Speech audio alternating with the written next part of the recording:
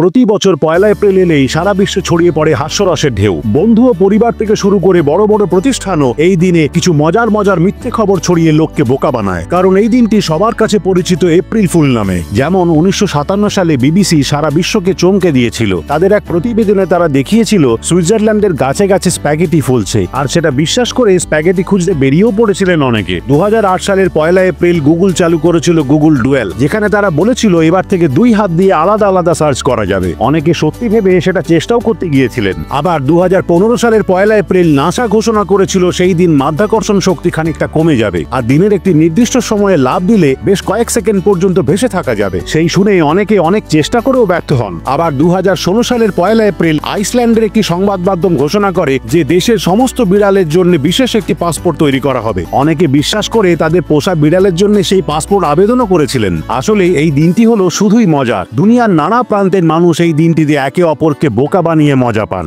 অবশ্যই কারোর কোনো ক্ষতি না করে।